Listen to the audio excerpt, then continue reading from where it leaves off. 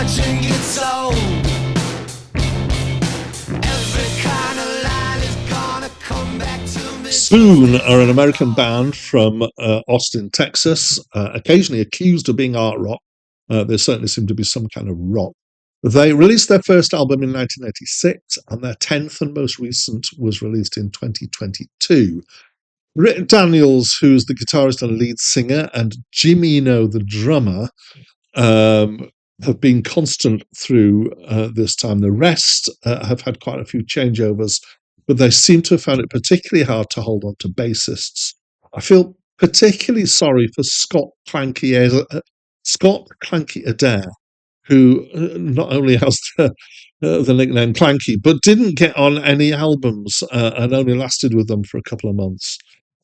In 2009, Metacritic ranked Spoon as its top overall artist of the decade, which was based on the band's consistently high review scores for their albums in the noughties. Hi, my name's Dan, and this is a review of the album They Want My Soul by Spoon, which was released in 2014 and was their 8th studio album, and it's my first encounter, not just with this album, but with them. So I've seen the name on the list. I didn't know anything about them, except this is a nice album cover. Apparently, they've been, very popular. So maybe it's just that I don't know a lot of modern music, which is why I've missed this. And maybe some people out there are going to go, "You never heard of Spoon?" Okay, here we are. Let's get into it. I'm not sure how to describe it. So Acclaimed Music, which is where I've got my list from, says it's indie rock. As usual, Wikipedia's broader by adding art rock to that. I'm not sure that I would lean into either of those. I might go for the more generic pop rock. But it's curious music somehow. It's got a polished feel to it and a lot of variety of sounds. It kind of has a modern feel. There's a plinky lightness at times, and it's quite a honed sound. It's musically nice. I like it, which is not surprising with pop rock, really. I think that maybe the art rock thing is because they're kind of the pop rock, but they're a little bit more interesting in what they're doing. So it is veering slightly towards the unusual and the more intelligent side of things, which is where I think that these art rock accusations come from. The songs wouldn't be out of place in a film soundtrack as a slightly edgy edition, but only slightly. It's not really heavy, but slightly odd at times, is where I get the edginess, thought of edginess to it.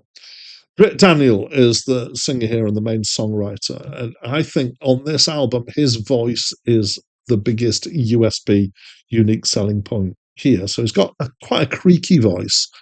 The backing is not as rock as Kings of Leon, but I'm going to say his voice reminded me of Caleb Followell, who's I believe, the singer for Kings of Leon, quite strongly at times. And this is a good thing, because I've grown to quite like Kings of Leon.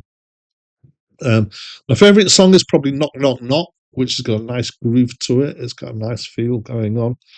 Not really sure what the songs are about. Possibly some of them are a somewhat stream of consciousness. I didn't dig deeply into the lyrics and find stuff out there. It felt like it wasn't really inviting me to do that too much. And this is where we're at. So there's enough going on to make it interesting. There's some unusual takes musically, but it's all still approachable. There's nice feel and good variety. So I really enjoyed it. Is it enough to give it an 8 score?